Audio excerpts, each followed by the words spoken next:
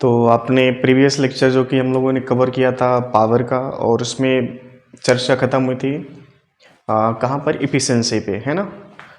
तो इफ़िशेंसी आखिरी टॉपिक था हम लोग का, जिसको हम लोग डिस्कस स्टार्ट करना शुरू कर दिए थे, है ना।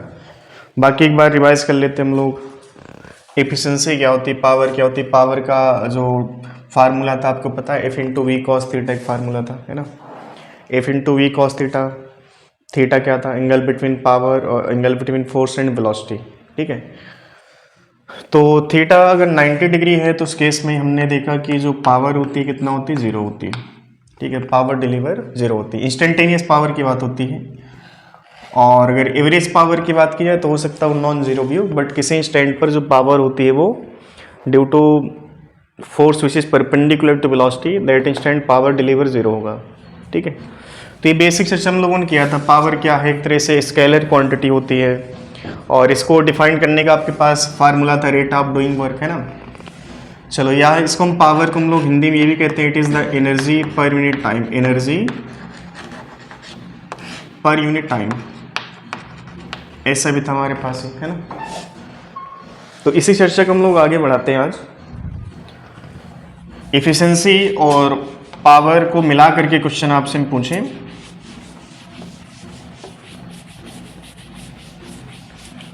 क्वेश्चन है कि एक मोटर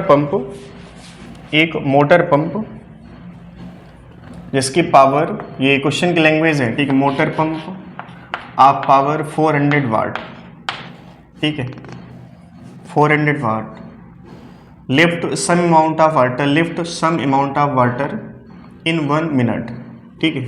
जो टाइम इंटरवल था वो कितना था, 1 मिनट।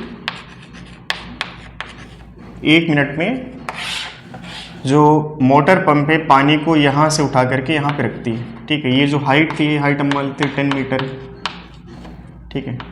और इस मोटर पंप की जो एफिशिएंसी है, ये भी क्वेश्चन में दिया, मान लेते हैं इसकी एफिशिएंसी है फॉर एग्जांपल 60% या 75% आप मान लो इसको, ठीक है। 75% एफिशिएंसी है। वाटर जो कि मात्रा क्या है इसकी, अमाउंट क्या है, क्वांटिटी क्या हमको नहीं पता है। तो क्वेश्चन में था कि इसको हमने मोटर पंप की सहायता से 10 मीटर ऊपर उठाया है। तो यहाँ पर ये था कि वॉल्यूम ऑफ वाटर कितना होगा, ठीक है। क्वेश्चन है वॉल्यूम ऑफ वाटर कितना होगा, ठीक है। जो डाटा गिवन था, power of motor pump, efficiency of motor pump, time taken to lift the water of 10 metre height, ये सब कुछ गिवन था, ठीक है। तो वॉल्यूम ऑफ वाटर हमसे पूछा कि वॉल्यूम ऑफ वाटर कितना यहाँ पे होना चाहिए, ठीक है। चलो आपके पास समय है 1 मिनट का, आप स्क्रीन पॉज करके इसको एक बार ट्राई कर लो, ठीक है।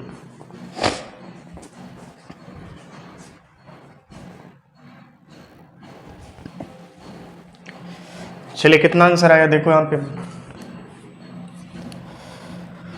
कैलकुलेशन करते हैं। एफिशिएंसी का फार्मूला क्या था हमारे पास, it is the output power और बाय में क्या था देखो, ये था इनपुट पावर, ठीक है। परसेंटेज की बात होगी 100 से मल्टीप्लाई कर लेना, ये फार्मूला तुम्हारे पास, इसका यूज करना तुम्हें। ईटा कितना दिया, 75%, ठीक है। इसको 100 से डिवाइड कर लो, वाला 100 इधर ले आओ, ठीक है। आउटपुट पावर कितना होगा, आउटपुट पावर का मतलब कि आपको पावर का फार्मूला अप्लाई करना है W/T का, ठीक है। ये P आउटपुट आ जाएगा। W कितना होगा यहाँ पे देखो, mgh के बराबर। जो W यहाँ पर हम लिखेंगे वो mgh के बराबर। mgh क्यों होगा, क्योंकि वर्क जो हमने किया यहाँ पे कार्य ऊर्जा प्रमेय के द्वारा, वो कितना होगा, mgh के बराबर। मास कितना हमको नहीं पता, G × h/T। तो ये P आउटपुट हो जाएगा। P इनपुट पहले से क्वेश्चन में गिवन है। P आउटपुट का डाटा होगा mgh बाय में टाइम, और P इनपुट कितना दिया है, 400, ठीक है। तो ये हो गया हमारा फाइनल कैलकुलेशन। अब इसमें देखो 75/100, ये कितना हो जाएगा, 3/4, ठीक है। डाटा रख लो 3/4। मास कितना नहीं पता, मास बराबर क्या होता है, density into volume, density into volume ये तो मास हो गया इंटू ग्रेविटी इंटू हाइट, और बाई में टाइम इंटू 400। अब इसमें डाटा रख लो, देखो डेंसिटी ऑफ वाटर कितना होता है 1000, वॉल्यूम से पूछा है, जी कितना होगा 10, ठीक है, एच कितना है क्वेश्चन में 10, टाइम कितना दिया क्वेश्चन में देखो 1 मिनट, 1 मिनट का मतलब इसको आप सेकंड में कन्वर्ट करो तो 1 × 60 मतलब कि 60 सेकंड, इसको ले लेते हैं डायरेक्ट हम लोग। अब देखो बाई में कितना है 3 जीरो है क्या, 1 2 3, 3 जीरो नीचे और 3 जीरो ऊपर, कैंसिल आउट हो गए, ठीक है। अब देखो ये 4 से 4 भी खत्म हो गया एक तो, 6 यहाँ पर मल्टीप्लाई कर लो, क्या बनेगा 18। राइट हैंड साइड देखो कितना भी बच रहा है हमारे पास, राइट हैंड साइड कितना बच रहा है देखो 100 × v, तो v बराबर देखो कितना आएगा ये 18/100, ये मीटर क्यूब में आएगा। इसको आप क्या लिख सकते हैं बोलो, इसको 0.18 मीटर क्यूब में लिख सकते हो, मतलब जो वॉल्यूम ऑफ वाटर निकल के आएगा वो निकल के आएगा 0.18 मीटर क्यूब, ठीक है। तो ये भी कोई खास टफ क्वेश्चन नहीं कह सकते, इसको बेसिक सा न्यूमेरिकल था ये। चलो इसको आप नोट कर लो अच्छे से।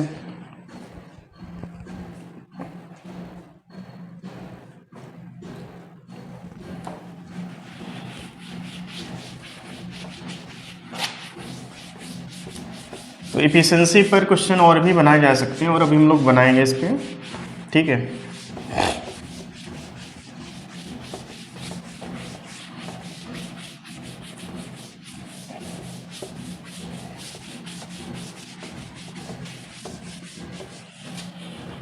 चलो इससे पहले हम लोग एक टॉपिक कवर कर लेते हैं, क्योंकि क्वेश्चन तुम लोग करते रहेंगे अभी, और एक आखिरी लेक्चर हम लोग सिर्फ क्वेश्चन पर ही एक तरह से कह सकते हैं सेक्रीफाइस करेंगे, कुर्बान करेंगे उसको।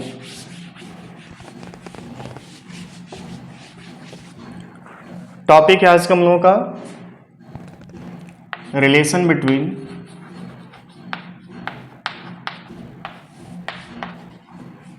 Potential energy and conservative force.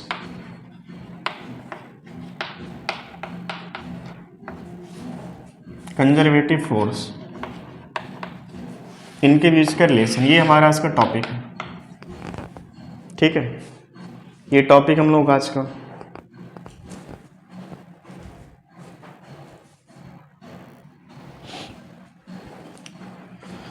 तो टॉपिक हम लोग का relation between potential energy and conservative force. इस पर भी न्यूमेरिकल तुमको इसके जैसे न्यूमेरिकल इलेक्ट्रोस्टैटिक वगैरह से भी मिलते हैं, ठीक है, इलेक्ट्रोस्टैटिक से भी क्वेश्चन मिलते हैं।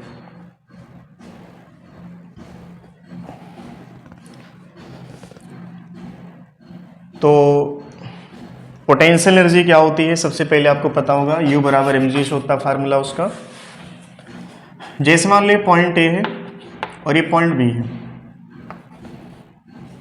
A से B जाने के हमारे पास कितने रास्ते हो सकते हैं, A से B जाने के हमारे पास कितने रास्ते हो सकते हैं।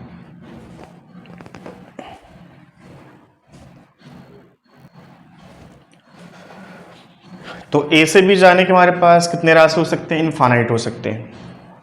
और A से B जब हम लोग जा रहे हैं तो यहाँ पर जो फोर्स उपस्थित है या फील्ड उपस्थित है वो कंजर्वेटिव है, ठीक है, in the presence of conservative force. तो A से B अगर आप इस रास्ते से जाओ, A से B ऐसे आप चलिए, A से B आप ऐसे चलें, अगर इन तीनों पाथ का वर्ग सेम है तो आप इसको क्या कहोगे, कंजर्वेटिव फोर्स है कि नॉन कंजर्वेटिव फोर्स है, तो हम कहेंगे यहाँ पर बात हो रही कंजर्वेटिव फोर्स की, ठीक है। कंजर्वेटिव फोर्स का मतलब था work done by which does not depends on path, वो फोर्स जिनके द्वारा वर्क होता है लेकिन वो पाथ पर डिपेंड नहीं करता, उन फोर्स को हम लोग कहते हैं हिंदी में कंजर्वेटिव फोर्स, ठीक है। अच्छा ये बात हो गई। तुम A से भी जब गए तो A की पोटेंशियल एनर्जी मान लो UA है, B का पोटेंशियल एनर्जी हमने मान लिया UB है, तो हम final potential energy minus initial potential energy बराबर क्या लिखते हैं देखो, negative times of work done by conservative force हम लोग लिखते हैं, ठीक है। आप इसको you final minus you initial को डेल्टा यू भी लिख सकते हो। डेल्टा यू बराबर क्या लिखोगे, माइनस का work done by conservative force, ये लिख सकते हो, माइनस का work done by conservative force. अच्छा वर्क कितना होगा, एक छोटा सा अगर हम पाथ चूज करें इनफाइनेटेसिमल का, तो उस इनफाइनेटेसिमल पे जो फोर्स होगा, जो भी कंजर्वेटिव फोर्स हैं वो फोर्स हम कांस्टेंट मान सकते हैं, ठीक है। तो इफ इंटू डी एक्स या डी आर इसको लिख सकते हो, ठीक है। एफ इंटू डी आर क्या है, work done by conservative force in displacing body from from one point two other point, और जो दो पॉइंट है ना उनके बीच का जो गैप है ना उसको हम लिखा डी आर, ठीक है। जैसे एक छोटा सा पॉइंट है ये, और इनके बीच तुम बॉडी को यहाँ से लेके यहाँ तक विस्थापित किए, ठीक है। तो जो ये वाला डिस्प्लेसमेंट इसको आप क्या कहोगे, डी आर। अब चूंकि यहाँ पर एक स्मॉल वर्क है तो आप इसको जो पोटेंशियल एनर्जी में चेंज आएगा बिटवीन दिस टू पॉइंट, ये बहुत ज़्यादा चेंज नहीं आएगा, आप इसको डी यू भी ले सकते हो, ठीक है। तो डी यू बराबर क्या बनेगा, माइनस का एफ इंटू डी आर, ठीक है। या एफ इक्वल टू क्या बनेगा, माइनस का d u by D R. ये तो एक फार्मूला है, ऐसा फार्मूला तुमको 12th की जो इलेक्ट्रोस्टैटिक वाला पहला चैप्टर होता है वहाँ पे relation between potential and field, उनका भी ऐसा रिलेशन आता है। और फील्ड भी जो हम पढ़ते हैं इलेक्ट्रोस्टैटिक फील्ड, वो फील्ड कैसे होती है, कंजर्वेटिव नॉन कंजर्वेटिव, तो आंसर आता है कंजर्वेटिव फील्ड, ठीक है। अब ये समझो कि जो ये वाला फार्मूला है, फार्मूला क्या बताना चाह रहा है कि जो एफ है हमारे पास वो है माइनस का d u by D R. मतलब तुम्हें पोटेंशियल एनर्जी का फंक्शन दिया है, उससे तुम्हें फोर्स कैलकुलेट करना है, तो तुम्हें पोटेंशियल एनर्जी क्या करना पड़ेगा, डिफ्रेंशिएट करना पड़ेगा। या आप इसको ऐसे लिख सकते थे, डी यू बराबर माइनस का एफ डॉट डी आर और इसका इंटीग्रेशन, ऐसे भी लिख सकते हैं।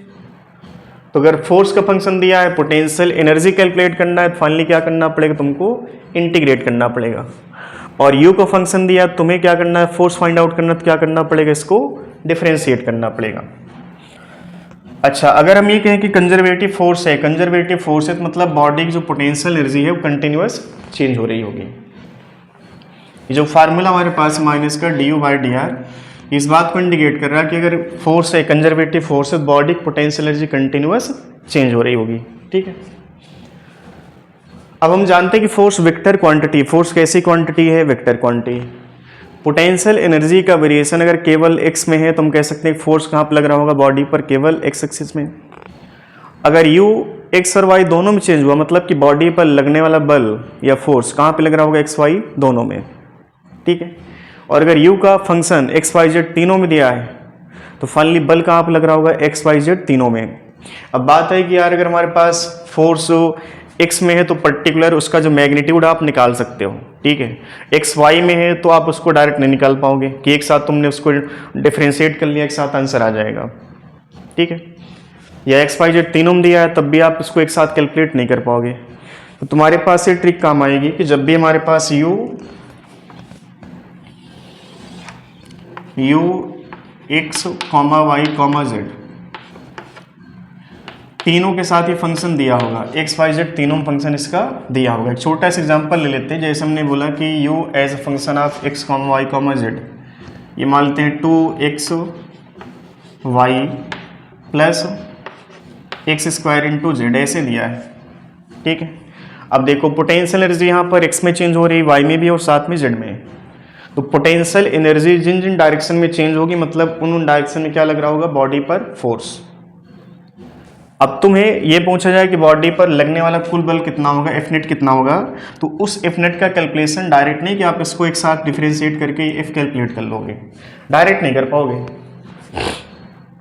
तो तुम्हारे पास ये तरीका है कि जब तुम्हें एफ एक्स कैलकुलेट करना होगा तब तुम्हें लिखना होगा माइनस का d u by D x, और यहाँ पर बात लिखना keeping y and z constant. y और z हम क्या मानेंगे, कांस्टेंट। जब f5 लिखोगे तुम तो f5 बराबर लिखना तुमको माइनस का d u by d y, और यहाँ पर सेम वर्ड लिखना, बस यहाँ पर देखो keeping x and Z constant, ठीक है। एक्स और जेड क्या मानोगे तुम? कांस्टेंट। जब तुम जेड एक्सिस के फोर्स की बात करोगे तो यहां पर तुम्हें लिखना होगा माइनस का d you over D Z. यहां पर क्या लिखना, देखो एक्स एंड वाई कैसे रखे जाएंगे इस बार? कांस्टेंट। तो तुम्हें अगर एक साथ फोर्स कैलकुलेट करना हुआ तो एक साथ कैलकुलेट नहीं कर पाओगे। तो तरीका क्या तुम्हारे पास, पहले एक्स का कैलकुलेट करो, फिर वाई का, फिर जेड का, ठीक है। अब तुमसे एफ नेट पूछा गया तो एफ नेट कैसे निकालोगे? एफ नेट पहले इसको आप वेक्टर फॉर्म में कन्वर्ट कर लो, ठीक है। F x i cap plus F y j cap plus F z k cap, ये आ जाएगा हमारे पास F net in vector form. अब इसका मैग्नीट्यूड निकालना तुमको, तो मैग्नीट्यूड कैसे निकालोगे? इंडिविजुअल का स्क्वायर करना है, फिर पूरे का क्या लेना? अंडर रूट, ठीक है। इस पूरे का स्क्वायर करना है इंडिविजुअल का, और फिर पूरे का अंडर रूट ले लेना है, ठीक है। ऐसे तुम यहाँ पर एफ नेट की बात कर सकते हो, ठीक है। न्यूमेरिकल इस पे यहाँ पर मिलते हैं, और साथ में जब तुम इलेक्ट्रोस्टैटिक पढ़ोगे तो वहाँ पर भी इसके जैसा ही, जैसे यहाँ पर तुमने देखो एफ देखा, वहाँ पर ई आ जाएगा। अगर कंपेयर करना चाहें आज की डेट में, तो यहाँ पर फोर्स है, कल की डेट में इलेक्ट्रोस्टैटिक में यहाँ पर फील्ड आ जाएगा, यहाँ पर ये पोटेंशियल एनर्जी है, वहाँ पर पोटेंशियल आ जाएगा, ठीक है। पोटेंशियल का variation as a function of x comma y comma z दिया होगा, तुमसे पूछेगा नेट फील्ड कितना होगी, तो नेट फील्ड कैलकुलेट करने का भी तुम्हारे पास ऐसे ही तरीका आएगा। फील्ड भी एक वेक्टर क्वांटिटी होती है, तो उसको तुम एक साथ कैलकुलेट नहीं कर पाओगे। सबसे पहले क्या करना पड़ेगा, तुमको ऐसे लिखना है, जैसे एफ एक्स यहाँ पर लिखा तुम लिखोगे ई एक्स, यहाँ पर एफ वाई लिखा, यहाँ पर क्या लिखना तुमको ई वाई, ठीक है। तो इंडिविजुअल सबसे पहले E x E y E z calculate करना है, उसके बाद फिर उसको वेक्टर फॉर्म में लिखना है, तब उसके बाद क्या करना है, इसका मैग्नीट्यूड निकाल सकते हो, ठीक है। ऐसा नहीं तुम डायरेक्ट कैलकुलेट कर लोगे। इतनी बात आ रही है समझ में? तो एक छोटी सी बात है यहाँ पर कि फोर्स और पोटेंशियल एनर्जी का जो रिलेशन होता है in the presence of conservative force, या कंजर्वेटिव फोर्स और पोटेंशियल एनर्जी का रिलेशन वो ये होता है, ठीक है। ये फोर्स कैसा होना चाहिए? हमेशा कंजर्वेटिव फोर्स होना चाहिए, ठीक है। चलो इतना आप नोट कर लो, और इसके बाद देखो ये क्वेश्चन यहीं पर हम लोग कर लेते हैं, ठीक है। पहले आप इतना अच्छे से नोट कर लो।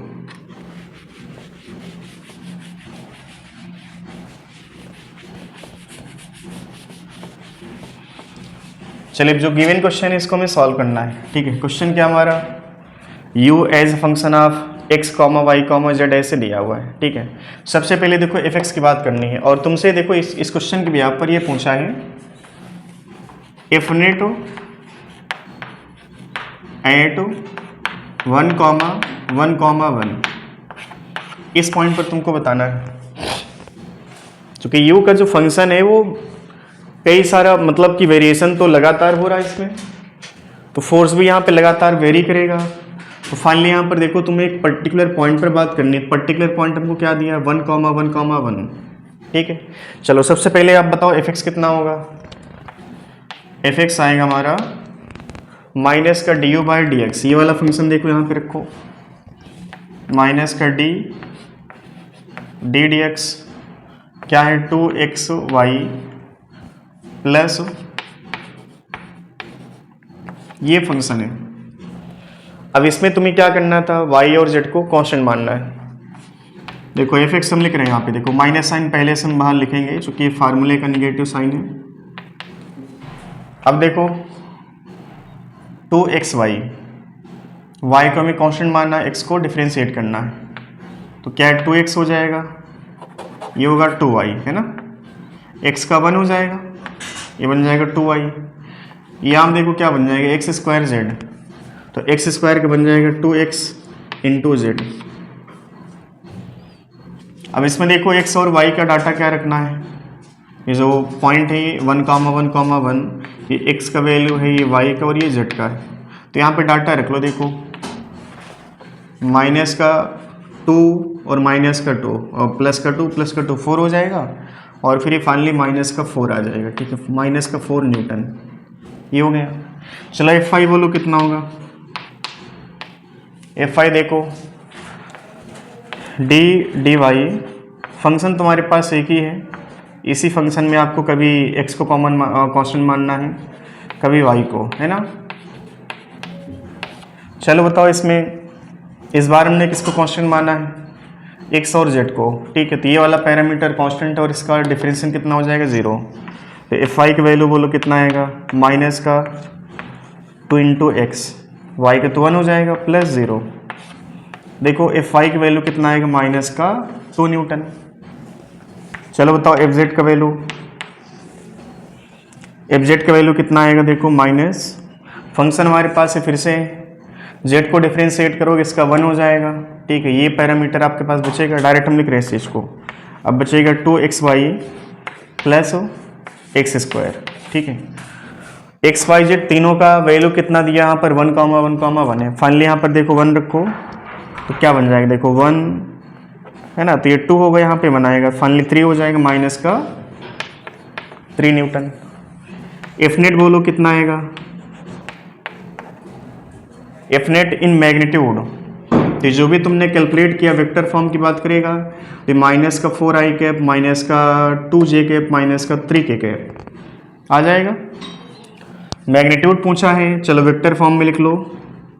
F net in vector form क्या बनेगा, माइनस का 2i कैप, माइनस का 2j कैप, माइनस का, ये तो -4 था, ठीक है, -4i कैप, -2 और ये -3 है, ठीक है, माइनस का 3k कैप।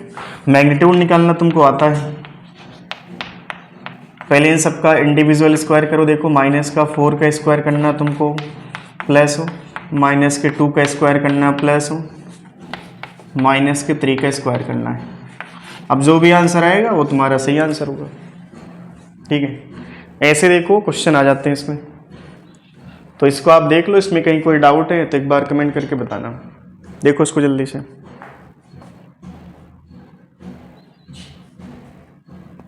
चलिए इसको नोट, चलिए क्वेश्चन नोट कर लिया होगा। अब इसी से मिलता जुलता हुआ टॉपिक हमारा स्टेबिलिटी।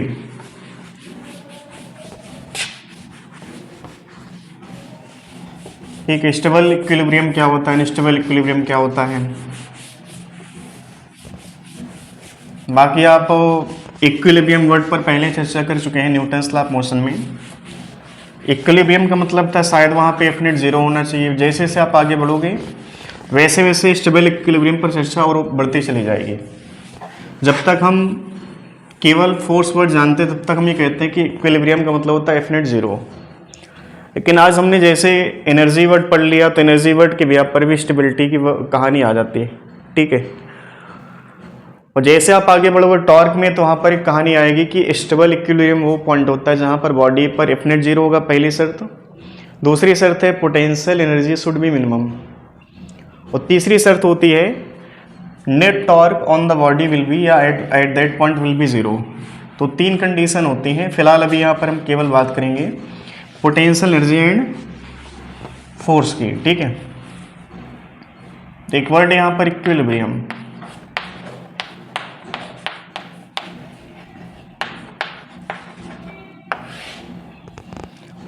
अब इक्विलिब्रियम क्या होता है उस पर चर्चा करने के लिए तुम्हें पोटेंशियल एनर्जी फोर्स पर चर्चा करनी पड़ेगी, जो कि हम पहले कर चुके हैं अभी जस्ट, है ना। अब ये कितने टाइप का होता है तो हम इसको पहले जानते हैं कि 3 तरह का होता है। पहला होता है स्टेबल इक्विलिब्रियम, स्टेबल इक्विलिब्रियम, ठीक है। दूसरा होगा अनस्टेबल,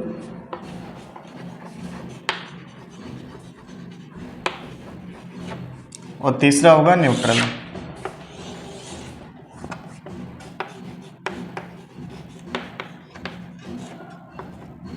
ठीक है, 3 तरह का इक्विलिब्रियम यहाँ पे डिफाइन किया गया।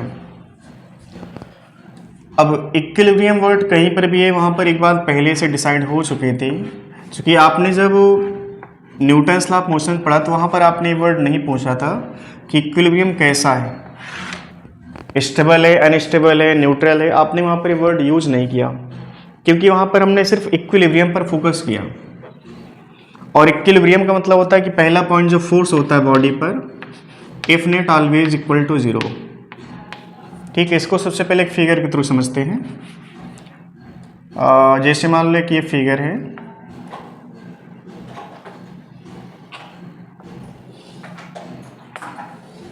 ये कटोरा जानते होंगे, है ना, हेमिस्फेरिकल बाउल है ये।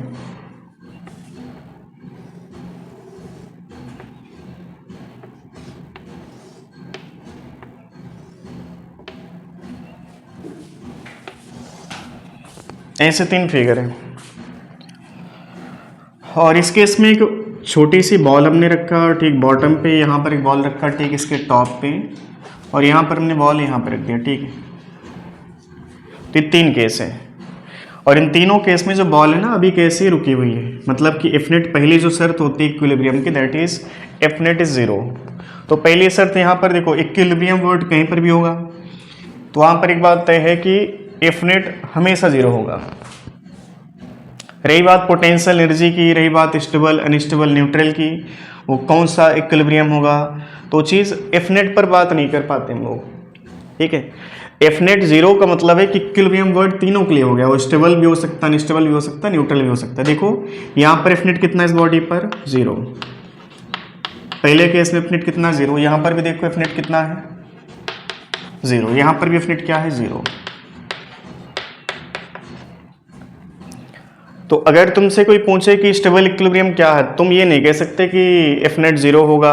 एफ नेट 0 तीनों केस में है ना, स्टेबल हो चाहे अनस्टेबल हो चाहे न्यूट्रल की बात हो, तीनों केस में एफ नेट क्या है 0 है। अगर हमें चेक करना है कि बॉडी स्टेबल इक्विलिब्रियम में है, अनस्टेबल इक्विलिब्रियम में है, न्यूट्रल इक्विलिब्रियम में है, तो उसके लिए बॉडी से हमें पूछना पड़ेगा। बॉडी से हम पूछते हैं कि तुम इस पॉइंट पर स्टेबल हो कि अनस्टेबल हो, ये अपने आप बता सकती है। कैसे बताएगी? अगर इस बॉडी को हम इस पॉइंट से हल्का सा विस्थापित करें या थोड़ा सा या ज़्यादा तुम विस्थापित कर लो, तुम्हारा मन है, हम बॉडी को यहाँ पे ले आके छोड़ें और इससे पूछे कि बॉडी तुम कहाँ रहना चाहती हो, जहाँ पर तुमको हमने पहली बार देखा वहाँ पे, या जहाँ से तुमको उठा करके हमने ले गए यहाँ से तुम बाहर जाना चाहते हो। तो अगर बॉडी वापस अपनी ओरिजिनल सिचुएशन पे आना चाहती है, मतलब कि शायद बॉडी किस में थी, स्टेबल इक्विलिब्रियम में, ठीक है। अब इस चीज़ को तुम फील करना, जैसे कटोरा, इसमें एक छोटी सी गेंद यहाँ पर रख दी, इस गेंद को तुमने अगर विस्थापित किया और मौका दोगे तो मौका देने पर हमेशा कहाँ पे आना चाहिए, अपनी ओरिजिनल कंडीशन पे। और ऐसा केवल राइट हैंड साइड की बात नहीं है, आप इसको लेफ्ट हैंड साइड भी लेके जाओ, यहाँ पर आप इसको ले आके छोड़ो, फिर इसे कहाँ आना चाहिए वापस, यहाँ पर भी कहाँ आना चाहिए वापस, ठीक है। बट तुम इस केस को देखो, एफ नेट 0 है, जैसे बॉडी को हमने हल्का सा मौका दिया, बॉडी हमेशा के लिए गायब हो गई, वापस नहीं आई। ये आप देखो बॉडी यहाँ पे रखी है, एफ नेट 0 है, इसको तुम यहाँ पे ले आके रखो तब भी इस पे एफ नेट 0 है। मतलब कि बॉडी में एफ नेट 0 होने का मतलब कि बॉडी इस पॉइंट से ना तो इस साइड आ सकती है ना तो इस साइड जा सकती है। यहाँ पर एक ऐसा पॉइंट जहाँ पर बॉडी अपनी जगह पे रुकी थी, लेकिन जैसे इसको मौका दिया गया तो बॉडी फिर से वापस नहीं आई। वापस ना आने का मतलब कि इस पर जो बल लग रहा है शायद इसको इसके ओरिजिनल पॉइंट से हमेशा दूर ले जाने की कोशिश कर रहा है। जबकि ये वाला केस क्या है,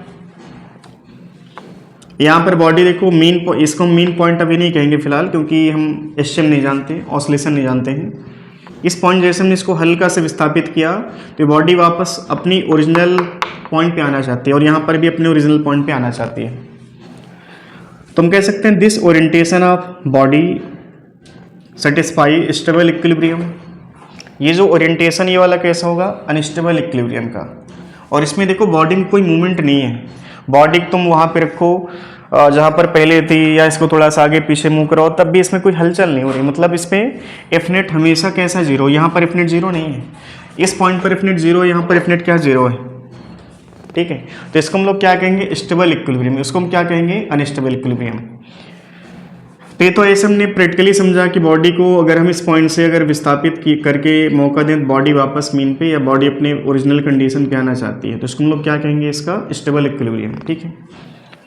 अब क्वेश्चन है कि वापस क्यों आना चाहती है। वापस इसलिए आना चाहती है कि इस पॉइंट पर इसकी जो पोटेंशियल एनर्जी है वो है कितनी, वो है मिनिमम, ठीक है। इस पॉइंट पर पोटेंशियल एनर्जी क्या है, इसकी मिनिमम है। और ये जो पॉइंट है इसका, इस बॉडी का, इस पॉइंट पर बॉडी ये अभी जरा सा मतलब एक मोमेंट के लिए रुक गई थी, लेकिन जैसे मौका मिला हमेशा के लिए यहाँ से फुर हो गई, मतलब वापस नहीं आई। तो जो पॉइंट है ये पॉइंट कैसा करिस्पॉन्ड कर रहा है, यू मैक्सिमम का, ठीक है। यहाँ पर यू मैक्सिमम है और बॉडी को मौका मिलते ही अपनी पोटेंशियल एनर्जी को मिनिमाइज करना चाहेगी। मिनिमाइज करने के लिए वो क्या करेगी, अपनी ओरिजिनल कंडीशन से दूर जाना चाहेगी, ठीक है। और यहाँ पर देखो विस्थापित किया, इसको मौका दिया, फिर से वापस अपने ओरिजिनल कंडीशन पे आ रही है, मतलब कि अपनी पोटेंशियल एनर्जी फिर से ये मिनिमाइज करना चाहती है। तो पहली शर्त ये होती है एफ नेट 0। दूसरी शर्त होती है अगर बॉडी को हम अपनी इसके ओरिजिनल पॉइंट से विस्थापित करके छोड़ें तो बॉडी वापस अगर अपने ओरिजिनल पॉइंट पे आने की कोशिश करना चाहती है, मतलब कि बॉडी शायद किस में थी, वो स्टेबल इक्विलिब्रियम में थी। अब समझने के लिए इसको कई तरीके से तुम समझ सकते हो। कैसे, जैसे कि मान लो कि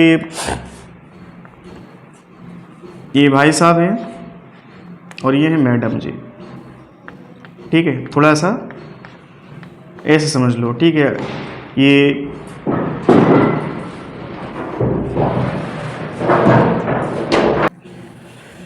तो ये मैडम जी और ये भाई साहब है ना।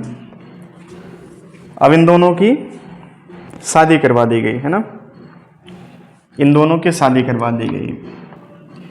अब शादी करने के बाद ये स्टेबल है अनस्टेबल है, उसके लिए चेक करना पड़ेगा, है ना। चेक कैसे करना है, अगर इनको हम दूर ले जाएं और ये वापस मिलना चाहें तो शायद साथ रहने में स्टेबल थे, ठीक है।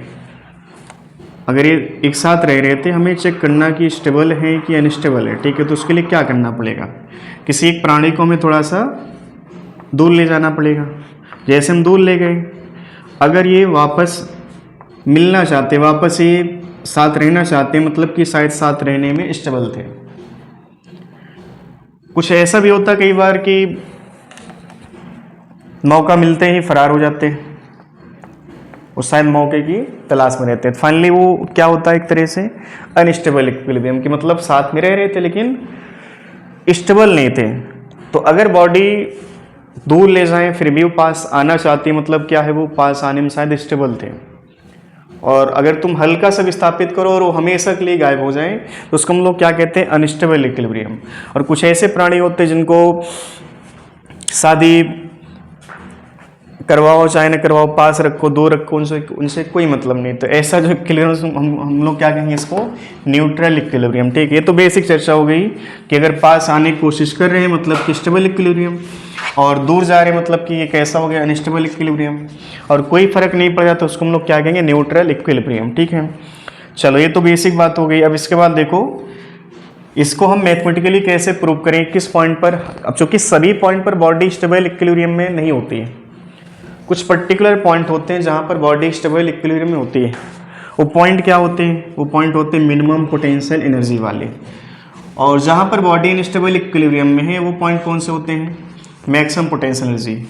और जहां पर कोई चेंज नहीं होता है तो उसको हम लोग कहते हैं न्यूट्रल इक्विलिब्रियम, ठीक है। तो इसको तुमको चेक करना पड़ेगा। चेक कैसे करोगे, सबसे पहला पॉइंट ये वाला याद रखना कि पोटेंशियल एनर्जी हमेशा कैसा होना चाहिए, देखो मिनिमम होना चाहिए, ठीक है।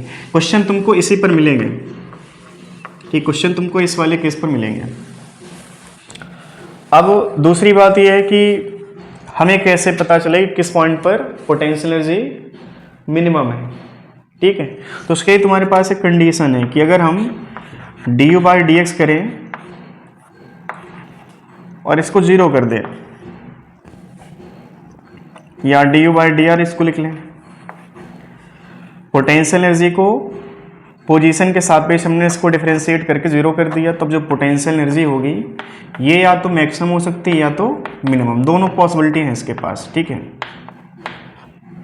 दोनों पॉसिबिलिटी, चूंकि मिनिमम मैक्सिमम कंडीशन ये होती है कि जब हम किसी फंक्शन को मैक्सिमाइज करना चाहते हैं, मिनिमाइज करना चाहते हैं, फंक्शन का अवकलन, और जो फंक्शन जिसके साथ वेरी कर रहा है उसके सापेक्ष अवकलित करने पर 0 हो गया, तो या तो पैरामीटर अधिकतम होगा या तो न्यूनतम होगा।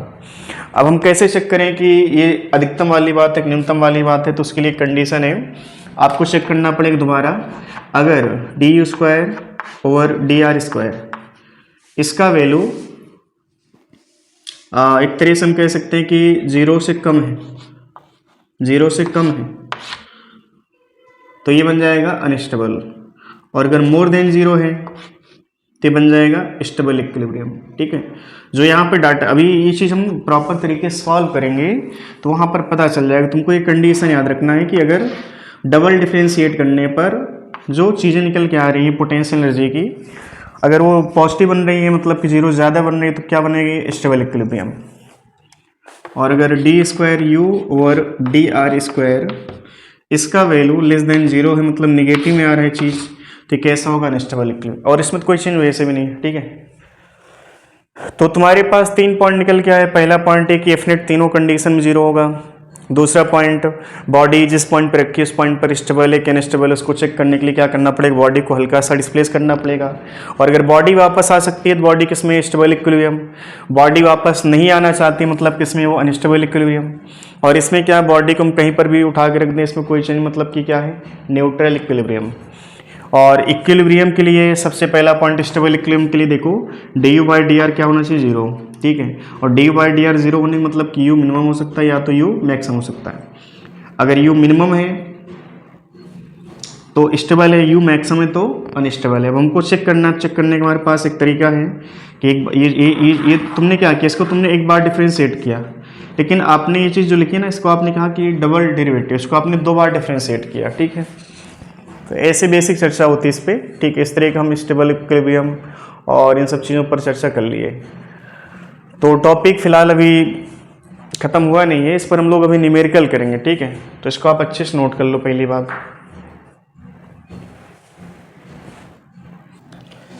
चलिए बच्चों, ये प्यारा सा चुटकुला है और बड़ा बेहतरीन क्वेश्चन। इसमें दिया the potential energy of particle in a certain field has the form of u as a function of r, ऐसे दिया है।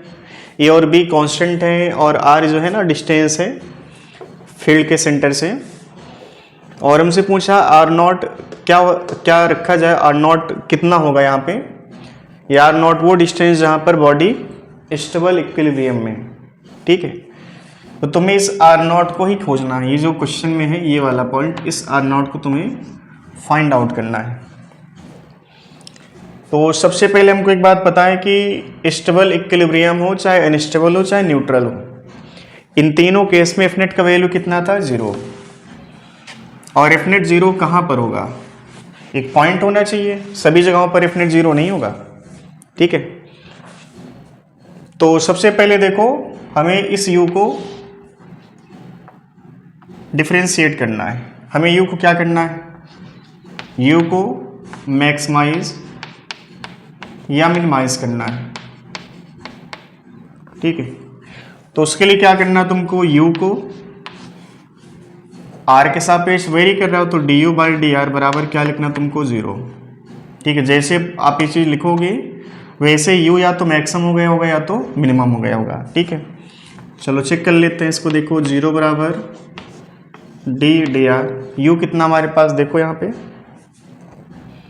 u है a by R square minus B by R, ये फंक्शन है। चलो बताओ, ए तो कांस्टेंट, आप इसको बाहर ले लो, आर स्क्वायर ऊपर जाएगा, आर की पावर क्या बन जाएगा। देखो बायोलॉजी वाले बच्चे यहाँ पे खास करके देखेंगे, क्या लिखेंगे आप, ए इंटू आर की power -2 minus B into R की पावर -1, ये बन जाएगा, ठीक है। चलो बताओ, ए यहां पर बाहर ले लो, आर की पावर -2 है तो क्या होता है इसका अवकलन, -2 पावर देखो आर की पावर क्या -3 हो जाएगा, माइनस क्या है पावर -1 है, ये आर की पावर ये -2 हो जाएगा। अब देखो इस चीज को तुम क्या लिखोगे, ये बन जाएगा तुम्हारे पास 0 बराबर -2a बाई आर की पावर 3 प्लस b बाई, ये माइनस प्लस हो जाएगा, ठीक है, b बाई आर स्क्वायर, ये बन जाएगा। चलिए इस साइड आ जाओ, देखो क्या बनेगा, माइनस का पैरामीटर उस साइड जाएगा, प्लस हो जाएगा, तो प्लस का 2a बाई आर क्यूब बराबर क्या लिखे बोलो, b बाई आर स्क्वायर। देखो एक आर स्क्वायर खत्म, तो r का वैल्यू यहाँ से क्या मिला बोलो, r का वैल्यू मिला 2a बाई b। अब इस r पर या तो u अधिकतम या तो u न्यूनतम है। अब इसको भी तुम्हें चेक करना है, ये जो डाटा तुमको मिला है r का, इसको तुम्हें चेक करना है कि इस आर पर स्टेबल है कि अनस्टेबल इक्विलिब्रियम, चूंकि हमसे पूछा क्या, स्टेबल इक्विलिब्रियम, ठीक है। तो हम अभी नहीं कह सकते कि आर इक्वल टू 2a/b पर पार्टिकल स्टेबल इक्विलिब्रियम में, इसको चेक करना है। तो चेक करने का तुम्हारे पास तरीका क्या है, देखो तुम इसको दो बार डिफरेंशिएट करो, d² u और dr²। अगर इसका वैल्यू 0 से ज़्यादा है तो किसको करिस्पॉन्ड करेगा, स्टेबल को, ठीक है। और अगर d² u और dr² लेस देन 0 किसको करिस्पॉन्ड करेगा, अनस्टेबल को, ठीक है। चलो देखो, अब दोबारा देखो, तुम्हें इसको दो बार, एक बार तो तुम डिफरेंशिएट कर चुके हो, तुम्हारे पास ये फंक्शन आ चुका है, दोबारा डिफरेंशिएट करना है इस चीज़ को हमें। तो डायरेक्ट हम कर रहे हैं क्योंकि जगह हमारे पास कम। देखो यहाँ तक तो तुमने इसको डिफरेंशिएट कर लिया एक बार, -2a/r³ -b/ और प्लस का b/r²। इसको दोबारा डिफरेंशिएट करो, देखो क्या बन जाएगा, ये d² u और dr², ये क्या बन जाएगा बोलो, ये r³ ऊपर गया -3 हो जाएगा, -3 और इंटू 2, -3, बायोलॉजी वाले बच्चे देखेंगे यहाँ पे -2a इंटू -3, और डायरेक्ट हम लिख रहे हैं इसको, देखो -3 मल्टीप्लाई करो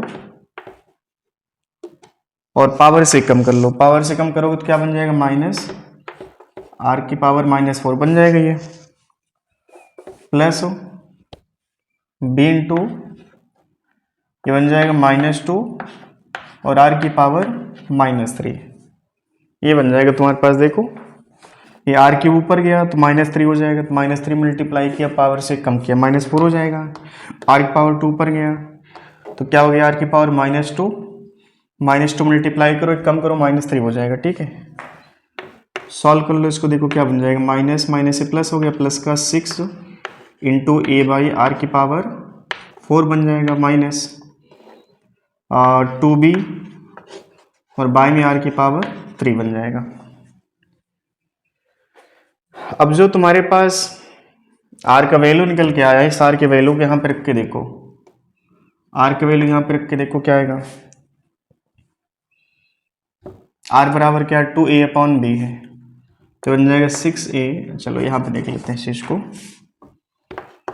6a बाई में r⁻4, मतलब कि जो चीज़ हमारे पास है 2a/b, इसकी पावर 4 है, माइनस 2b बाई में 2a/b का, और इसकी पावर देखो क्या बन जाएगी, ये 3 बन जाएगी।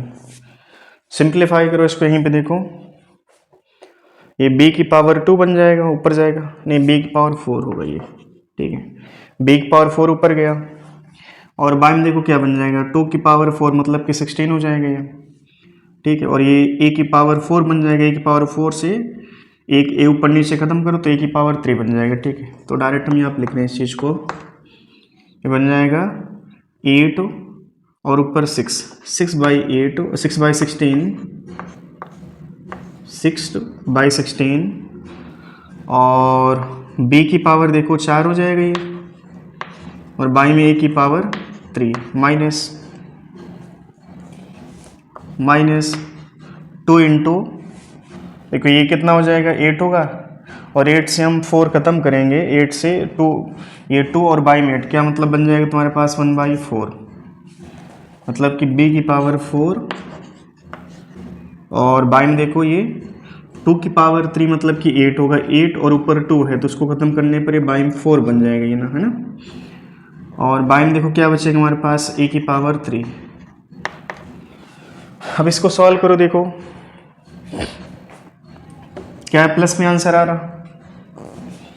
तो 4 ये है और ये 16, इसको हम देखो 16 करना है तो 4 से ऊपर नीचे मल्टीप्लाई करो, यहाँ पर 6 - 4 बनेगा, मतलब कि 2b की पावर 4 बाई में 16 इंटू a की पावर 3, मतलब कि 2 इंटू b की पावर 4 और बाई में 16 इंटू a की पावर 3। ये आंसर कैसा है, पॉजिटिव निगेटिव है, देखो ये पॉजिटिव में आ रहा, पॉजिटिव आने का मतलब क्या है, ये जो r हमारे पास है ये कैसा, स्टेबल है कि अनस्टेबल है, तो अब यहीं चेक कर लो, इसके आगे सॉल्व करना ही नहीं तुमको। जो आर नॉट तुमने ढूंढा 2a/b that will be stable equilibrium. चूंकि यहाँ पर देखो जो हमारे पास डी स्क्वायर यू और डी आर स्क्वायर है, इसका वैल्यू क्या बन रहा, पॉजिटिव कि निगेटिव बन रहा, पॉजिटिव बन रहा। अगर निगेटिव आता तुम कहते कि अभी क्या है, अनस्टेबल इक्विलिब्रियम है। ठीक है, तो इस चीज को छाप लो आप अच्छे से।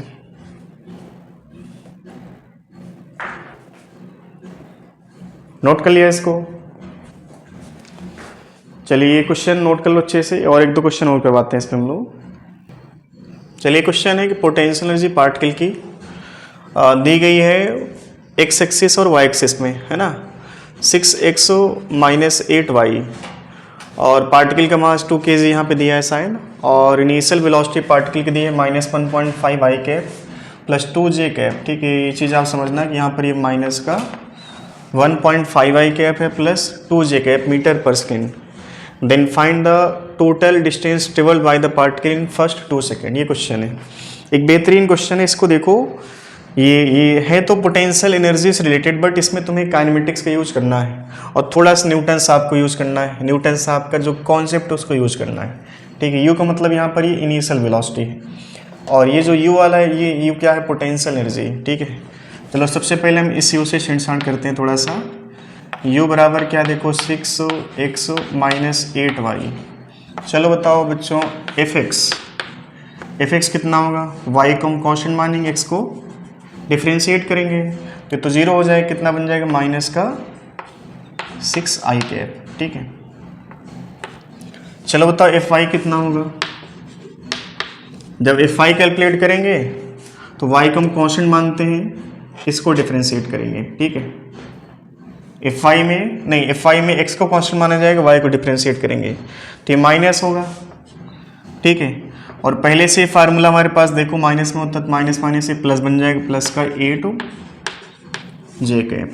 फोर्स यहाँ पर कांस्टेंट है कि वेरिएबल है, देखो कांस्टेंट है ये। एफ नेट आप कैलकुलेट करो, एफ नेट कैसा आएगा, एफ नेट देखो -6 का स्क्वायर प्लस 8 का स्क्वायर, फिर पूरे का अंडर रूट। समझ गए ना, कितना आएगा आंसर देखो, 6 का 36, 8 का 64, 64 36 100, और 100 का रूट 10, और फाइनली फोर्स कितना लगा, 10 न्यूटन। एक्सेलरेशन फाइंड आउट कर लो न्यूटन साहब के द्वारा, F/m। F कितना है देखो 10, और m कितना 2, कितना आएगा 5 मीटर पर सेकेंड स्क्वायर। खेल खत्म, ये आ गया, ये कांस्टेंट है। अच्छा u देखो, u हमारे पास इनिशियल जो वेलोसिटी कितना है, ये दिया है माइनस का 1.5 i cap plus 2y 2j cap, ऐसे दिया है। अच्छा इसका भी मैग्नीट्यूड निकालोगे तो निकल आएगा मैग्नीट्यूड, इसका भी मैग्नीट्यूड कितना आएगा, ये तो वेक्टर फॉर्म में। मैग्नीट्यूड कितना होगा देखो इसका, -1.5 का स्क्वायर करना है प्लस 2 का स्क्वायर, फिर पूरे का अंडर रूट, है ना। चलो ये बताओ देखो, -1.5 को हम 3/2 लिख लें, 3/2 का स्क्वायर मतलब कि 9/4 प्लस 4, 2 का स्क्वायर 4। ठीक है, कितना होगा देखो ये 16 और 9 25, 16 9 कितना होगा 25, ये 16 होगा और 9 25, 25/4, इस पूरे का अंडर रूट बन जाएगा। 25 का रूट बोलो 5 आएगा ये, और 4 का रूट 2 मतलब कि 2.5। तो ये इनिशियल कितना है 2.5 मीटर पर सेकेंड। अब देखो जो एक्सेलरेशन बन रहा है, एक्सेलरेशन कैसा है 5 है, कांस्टेंट है, और बॉडी की जो इनिशियल वेलोसिटी भी हमारे पास मैग्नीट्यूड वाइज है 2.5, वो भी कैसे कांस्टेंट है। कर लो इसको, क्या बॉडी वापस आ सकती है क्या, देखो बॉडी वापस नहीं आ सकती।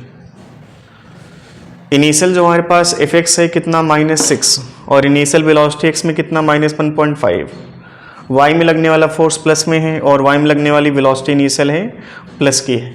तो अगर ऐसा होता कि यहाँ पर देखो क्वेश्चन थोड़ा सा कॉम्प्लिकेट ऐसे बन सकता था, अगर ये माइनस है और ये प्लस होती, तो अब कह सकते थे कि माइनस में फोर्स है और प्लस में वेलोसिटी है, तो टाइम के साथ वेलोसिटी घटेगी, मतलब बॉडी के वापस आने का चांस हो सकता था, बट आज के टाइम बॉडी वापस नहीं आएगी। ठीक है, अगर बॉडी वापस नहीं आई तो हम जानते हैं पहले से जो डिस्टेंस होता है वही डिस्प्लेसमेंट होगा।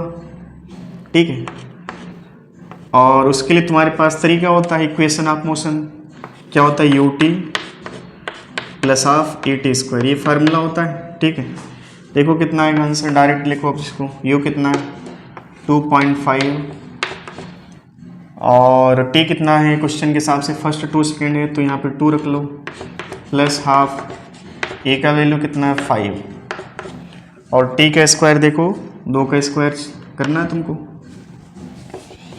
तो ये हो जाएगा 5, देखो 2 का स्क्वायर 4, 4/2 2, 2 गुणे 5 10, कितना आएगा देखो 15 मीटर, ये आंसर हो गया हमारा।